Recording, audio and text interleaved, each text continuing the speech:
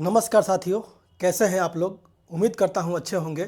साथियों, मेरा नाम विशाल सिंह है और मैं बिहार सचिवालय में असिस्टेंट सेक्शन ऑफिसर के पद पर कार्यरत हूं, बिहार एसएससी सीजीएल 3 के माध्यम से। साथियों, पिछले वीडियो में बहुत सारे हमारे साथी कमेंट किए थे कि भैया अपना स्ट्रेटजी बताइए, आपने बिहार एसएससी सीजीएल 3 एग्ज़ाम को कैसे क्रैक किया। आप अपना स्ट्रेटजी बताइए ताकि हम लोग बिहार एसएससी सीजीएल 4 और बिहार एसएससी इंटर लेवल के जो अभ्यर्थी हैं हम सबको फ़ायदा मिले। तो निश्चित रूप से साथियों मैं आप सबको स्ट्रेटजी बताऊंगा।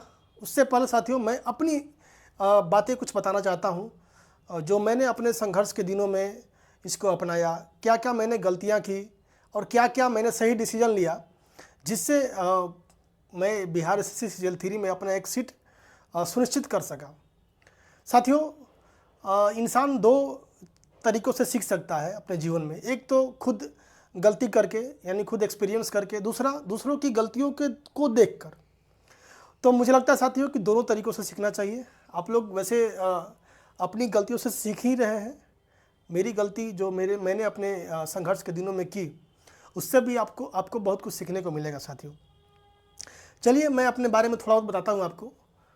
मैं साथियों आया था पटना तैयारी करने 2018 में। 2018 में मैं ग्रेजुएशन का जो है फाइनल एग्ज़ाम दिया मई लास्ट में, और जून 2018 में मैं आ गया पटना आ गया। आया मैं एसएससी सीजीएल की तैयारी करने के लिए। मुझे मैथ्स आता था और जीके में मुझे कोई इंटरेस्ट नहीं था। मैं पटना आया सिर्फ और सिर्फ एसएससी सीजीएल की तैयारी करने के लिए। पटना आया तो यहाँ पे मैंने कोचिंग ज्वाइन किया। दिल्ली के एक टीचर हैं राकेश सर, आप लोग जानते भी होंगे, बहुत अच्छे टीचर हैं, बहुत शानदार इंसान भी हैं। उनके पास मैं लाइव क्लास करता था। वहाँ से दिल्ली से चलता था क्लास, पटना में भी लाइव क्लास चलता था। तो उनके यहाँ मैंने मैथ्स का कोचिंग लिया।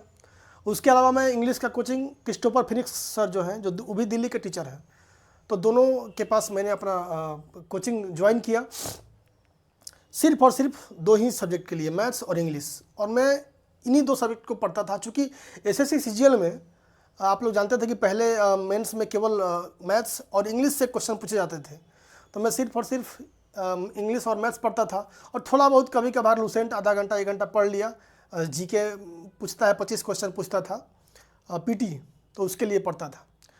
तो साथियों ऐसे मैं पढ़ते गया, कोचिंग करते गया, करते साल 2019 में एक बहाली आती है रेलवे एनटीपीसी की। तो रेलवे एनटीपीसी की बहाली आती है, और उस समय साथियों मैं जीके ओके नहीं पढ़ रहा था, इसलिए मैं रेलवे एनटीपीसी का जो फॉर्म है वो भरने से डर रहा था। फिर एक मेरे दोस्त ने मुझे कन्विंस किया कि नहीं भर दीजिए। तो लास्ट डेट जो रेलवे एनटीपीसी 2019 का फॉर्म भरने का था, उस दिन मैंने फॉर्म भरा लास्ट डेट को। लेकिन मैं फॉर्म भर दिया और तैयारी वारी नहीं कर रहा था एनटीपीसी का, मैं एसएससी का ही तैयारी कर रहा था। करते गया, मैथ पढ़ता था, इंग्लिश जो सर देते थे उनका बहुत सारा मटेरियल था, बुक था, उसको मैं दिन भर याद करता था, वर्ड मीनिंग को, बहुत सारा जो ग्रामर का पार्ट था उसको मैं पढ़ता था दिन भर। लेकिन मैं ये प्रैक्टिस सेट के बारे में कुछ नहीं जानता था। प्रैक्टिस सेट मैं लगाता ही नहीं था, और ना ही ज़्यादा एमसीक्यू लगाता था, बस सर जो पढ़ाए उसी को पढ़ता था। पढ़ते गया, फिर एक बहाली आई साथियों 2019 में, बिहार एसआई की बहाली आई 24 से 46 पोस्ट के लिए। तो उस समय लगा कि हाँ साथियों, मैं तैयारी करते गया, 8-10 महीना बीता, लेकिन एसएससी का उस समय कोई एग्ज़ाम ही नहीं हो रहा था। कुछ आंदोलन चल रहा था एसएससी में, और एसएससी कोई एग्ज़ाम ही नहीं ले रही थी उस समय। तो एक बहाली आया अगस्त 2019 में बिहार एसआई का 24 से 46 पोस्ट के लिए। तो मैं सोचा कि क्यों ना इस बहाली को मैं देखूं। मैंने फॉर्म भरा बिहार एसआई का 24 से 46 पोस्ट, और मैं उस समय जीके थोड़ा बहुत पढ़ना चालू किया। कैसे पढ़ता जीके साथियों? लूसेंट को, जो लूसेंट सब्जेक्ट की बुक आती है, आप लोग देखे भी होंगे, ब्लू कलर में, उसको पढ़ता था। उसके अलावा थोड़ा बहुत एसपीडी का बुक पढ़ता था, जो रेलवे का एसपीडी बुक आता है, और पढ़ते गया। लेकिन मैं क्वेश्चन नहीं बनाता था, एमसीक्यू नहीं लगाता था, और ना ही मैं करंट अफेयर पढ़ता था, और ना ही प्रैक्टिस सेट लगाता था। तो इस कारण से क्या हुआ कि मेरी तैयारी उतनी अच्छी नहीं थी, लेकिन मुझे लगता था कि मैं पढ़ रहा हूँ, मैं निकाल दूंगा, वो दरोगा निकाल दूंगा। एग्ज़ाम हुआ दिसंबर में, 3-4 महीना पढ़ के मैं गया, एग्ज़ाम दिया और उसके बाद लगा कि मैंने पेपर मेरा अच्छा नहीं गया। फिर सोचा कि इसमें होने वाला नहीं है। तो हाँ, 19 सीजीएल का जो फॉर्म भरे थे वो 2020 मार्च में होना था। तो मेरे पास 2 महीना टाइम था, तो 2 महीना फिर मैं इंग्लिश मैथ पढ़ना चालू किया और सबको मिला के जीके के पढ़ना चालू किया। लेकिन वहाँ भी मैं मॉक टेस्ट नहीं देता था, पढ़ते गया। 2 महीना बीता। 2 महीना बाद मैं एसएससी सीजीएल का एग्ज़ाम दिया। एसएससी सीजीएल 2020 में हुआ था एग्ज़ाम, मार्च महीने में। तो एग्ज़ाम दिया, उसमें भी क्या हुआ कि मेरा सब क्वेश्चन अटेम्प्ट ही नहीं कर पाए हम। बहुत सारा क्वेश्चन छूट गया। इसलिए छूट गया कि मैं मॉक टेस्ट का प्रैक्टिस ही नहीं कर रहा था। 1 घंटा में 100 क्वेश्चन पूछता है एसएससी सीजीएल पीटी में। उस 100 क्वेश्चन को 1 घंटा में कैसे बनाना है उसका मैंने आज तक प्रैक्टिस ही नहीं किया था। तो उतना अच्छा नहीं गया पेपर। फिर सोचा कि अब क्या करें। तब उसी में क्या हुआ कि कोरोना आ गया 2020 में, मार्च 15-20 मार्च के बाद यहाँ लॉकडाउन लगने लगा बिहार में, पूरे इंडिया में। तो सोचा कि अब तो जान बचाना ही मुश्किल है, अब तो आदमी सब लोग मर जाएगा, दुनिया में कोई रहेगा ही नहीं, इस तरह का मन में चल रहा था। अब क्या होगा, नौकरी वोकरी तो कुछ होगा नहीं। तो 2020 में साथियों, जून 18 में आया था, 2020 अप्रैल में मैं घर चला गया। कोरोना के डर से मैं घर चला गया, कम से कम जान तो बचे। घर गया साथियों, तो वहाँ तो पढ़ाई लिखाई होगा नहीं, पूरा डिस्टर्ब रहने लगा। इधर उधर अपना घूमता था, खेलता कूदता था, पढ़ाई लिखाई कुछ नहीं करता था। लगा कि अब तो दुनिया ही खत्म हो जाएगी, अब क्या पढ़ना। बीतते गया समय साथियों, 4-5 महीना ऐसे घूमा।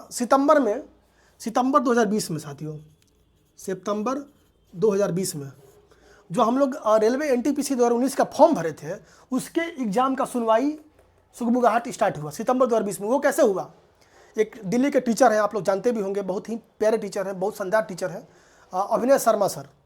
उन्होंने आवाज़ उठाया कि 1.5 साल बीत गए फॉर्म भरे हुए, अभी तक उसके एग्ज़ाम की कोई सुगबुगाहट नहीं है, और महा आंदोलन हुआ। तो एग्ज़ाम का डेट आया कि दिसंबर में एग्ज़ाम होगा, दिसंबर से एग्ज़ाम होगा इसका, रेलवे एनटीपीसी 2019 का। फिर मैं उसको लेकर थोड़ा बहुत फिर पढ़ना चालू किया, जीके ओके पढ़ते गया। फिर भी देखिए, मेरी गलती बार बार यही थी कि मैं मॉक टेस्ट नहीं लगाता था। सबसे बड़ी गलती मेरी यही थी। मुझे लगता था कि चलो ना मार देंगे, चलो ना बना देंगे, कोई दिक्कत नहीं है, और इसी से मैं बार बार असफल हुआ था। बहुत सारा एग्ज़ाम में असफल हुआ। फिर 2020 में दिसंबर में एग्ज़ाम स्टार्ट हुआ। फिर मेरा एग्ज़ाम जो था 21 में था, फरवरी में मैं एग्ज़ाम दिया। तो एग्ज़ाम उतना अच्छा नहीं गया, लगा कि नहीं होगा इसमें। फिर मैं सोचा कि अब क्या करूं। तो फिर थोड़ा बहुत वही इंग्लिश मैथ पढ़ना चालू किया। फिर दोबारा फिर कोरोना आया, तो फिर एग्ज़ाम पोस्टपोन्ड हो गया था। जो लोग बचे हुए थे रेलवे एनटीपीसी में, जिनका एग्ज़ाम नहीं हुआ था, उनका एग्ज़ाम पोस्टपोन्ड हो गया। तो लगा कि फिर से वही बात है, फिर पढ़ाई लिखाई फिर डिस्टर्ब हुआ मेरा। करते साथियों ऐसा ही 5-6 महीना बीत गया। फिर 2021 में मैं आया, फिर पटना आया तैयारी करने के लिए कि फिर से चलते हैं, तैयारी करेंगे। कब, आपका नवंबर दिसंबर में आया साथियों। तो आया, उस समय एक और बहाली आई थी 2020 में, बिहार दरोगा 2213 पोस्ट की। तो उसका भी एग्ज़ाम था दिसंबर में। तो उसके लिए भी थोड़ा बहुत मैं पढ़ रहा था, जीके ओके आया। तो एग्ज़ाम दिसंबर में दिया। 21 में जो एग्ज़ाम दिए थे, और जो दरोगा का 21 में एग्ज़ाम दिए थे, एनटीपीसी और दरोगा दोनों का रिजल्ट साथियों 2022 में आया, जनवरी में, और मेरा दोनों में रिजल्ट हो गया। तो लगा कि थोड़ा बहुत तैयारी मेरा हो गया। फिर साथियों कहानी में ट्विस्ट तब आता है जब एक मेरा दोस्त है राजन, जो मेरे रूम के बगल में ही रहता था और डेली जाता था सेट लगाने, प्रैक्टिस सेट रेलवे का लगाने डेली जाता था वो, सुबह पटना कॉलेज में चलता था उस समय। मनीष भाई के नेतृत्व में सेट चलता था, जो ग्रुप चलता था पटना कॉलेज में, उसमें डेली एक मेरा दोस्त है राजन, जो मेरे रूम के बगल में ही रहता था, डेली जाता था सेट मारने। तो एक दिन उसको बोले कि भाई हमको भी ले चलो, तो देखते हैं कि मेरी तैयारी कितनी है। हमको लगता था कि मेरी तैयारी बहुत अच्छी हो गई है। वहाँ गए साथियों, तो लगभग 150-200 लड़का था वहाँ पे, और वहाँ जाके सेट मारे साथियों हम, तो मेरी कोई गिनती ही नहीं थी। मैं नीचे से मैंने टॉपर में था, सोचिए कि कितना मैं पीछे था। हम तो सोचते रह गए उस दिन कि यार ये तो मैं इतना पढ़ता हूँ, दिन भर पढ़ता हूँ, लेकिन ये लोग जो है 150-200 लोग, ये तो कितना बढ़िया इन लोग की तैयारी है, हमसे भी ज़्यादा नंबर ला रहे हैं और बहुत ज़्यादा नंबर ला रहा है। तो उसके बाद साथियों मैं अपने आप पे बहुत वर्क किया और डेली मैं सेट मारना चालू किया, और जो जो गलती होती थी हमसे उसको आके मैं देखता था कि किस सब्जेक्ट में हमसे गलती हो रही है, किस चैप्टर में गलती हो रहा है। एक एक क्वेश्चन मैं खोज खोज के बनाते गया, याद करते गया, उस चैप्टर को तैयार करते गया। करते करते करते करते जो राजन था साथियों वो टॉपर था, और मैं समझिए कि उसके मुकाबले कुछ नहीं था, मैं एकदम पीछे से मैं टॉपर था। और धीरे धीरे धीरे धीरे 4 महीना 5 महीना बीता, फिर मैं राजन के बराबरी करने लगा। कभी कभी राजन के बराबर मेरा नंबर आता था, या टॉप 5 में मैं आने लगा। बीतते गया 6 महीना बाद ऐसा हुआ कि मैं कभी कभी टॉप भी करने लगा वहाँ 150-200 लड़का में। तो अच्छा लगता था, और मैं आके दिन भर पढ़ता था, यही चीज़ पढ़ता था कि कहाँ में हमसे गलती हो रही है। और करते गया साथियों 2022 में ही बहाली आई थी आपका बिहार एसएससी सीजीएल 3 की, तो उसका मैंने फॉर्म भर दिया था। और मेरे मन में था कि बिहार एसएससी सीजीएल 3 का मैं एक सीट जरूर लूँगा और सचिवालय में नौकरी करूँगा। तो मेहनत करता गया साथियों। 2022 में ही रेलवे एनटीपीसी में मेरा नौकरी हो गया फाइनल। जो एनटीपी 2019 का बहाली था उसमें मेंस दिए, मेंस में अच्छा नंबर था और मैं सारे पोस्ट पर सिलेक्ट हो गया था। और एक और बात मैं बताता हूँ, 2019 जो एनटीपीसी था उसमें लेवल 3 में केवल 45 सीट था पटना बोर्ड में, और पटना बोर्ड में 45 सीट में भी मैं सेलेक्ट था। मतलब तो मुझे लगता था कि मेरी तैयारी अच्छी हो गई है कि 5-6 लाख लोगों में मैं टॉप 45 में आ जा रहा हूँ, तो मेरी तैयारी अच्छी है, मुझे ऐसा लगता था। फिर सेट मारते गया साथियों, वही डेली सेट मारता था। इधर रेलवे में हो गया फाइनल, मेरिट लिस्ट आ गया तो लग गया कि मेरा तो कोई दिक्कत है नहीं। तो सेट मारते गया। फिर कभी कभी मैं जाके प्लेटफॉर्म कोचिंग में भी सेट मारता था, वहाँ भी 1400-1500 लड़का में मैं टॉप 2 में टॉप 3 में आता था। तो हमको बहुत अच्छा लगता था कि भाई तैयारी इतनी अच्छी हो गई है। और राजन को तो मैं बहुत पीछे छोड़ दिया था। राजन तो जो मेरा दोस्त है जो टॉपर था, उसको तो मैं लगातार 3-4 महीना वो हमसे पीछे रहता था, 5 नंबर 10 नंबर 20-20 नंबर पीछे। तो कॉन्फिडेंस आ गया था साथियों। सीजीएल 3 का पीटी हुआ। पीटी के बाद साथियों हाँ उसी में साथियों और भी बीपीएससी में मैं एग्ज़ाम दिया साथियों, 67वीं बीपीएससी का 2022 में। इसमें भी मेरा हुआ 117 नंबर था इसमें। फिर 68वीं में हुआ साथियों, 69वीं में हुआ। तो लगातार पीटी होते गया बीपीएससी का। आपका रेलवे एनटीपीसी में सिलेक्शन हो गया, उसके अलावा सीजीएल 3 में हो गया साथियों। सीजीएल 3 में पीटी हुआ। पीटी देने के बाद लगा कि मेरा नंबर उसमें लगभग हमको लगता है कि क्वेश्चन 124 प्लस क्वेश्चन मेरा सही था साथियों उसमें, क्योंकि उस समय तैयारी मेरी अच्छी थी। आप लोग जानते हैं कि प्लेटफॉर्म कोचिंग में भी मैं टॉप 3 में आता था जब जाता था सेट लगाने। तो इस तरह कॉन्फिडेंस था हमको कि मेरा हो जाएगा। बाकी उसके बाद मैं 67वीं बीपीएससी का मेंस दिया, और मेंस देने के बाद मेरे दादाजी का तबीयत खराब हुआ, मैं घर चला गया। उसके बाद दादाजी का डेथ हो गया, मैं घर पे ही रहा, 2-3 महीना वहाँ रहा घर पे।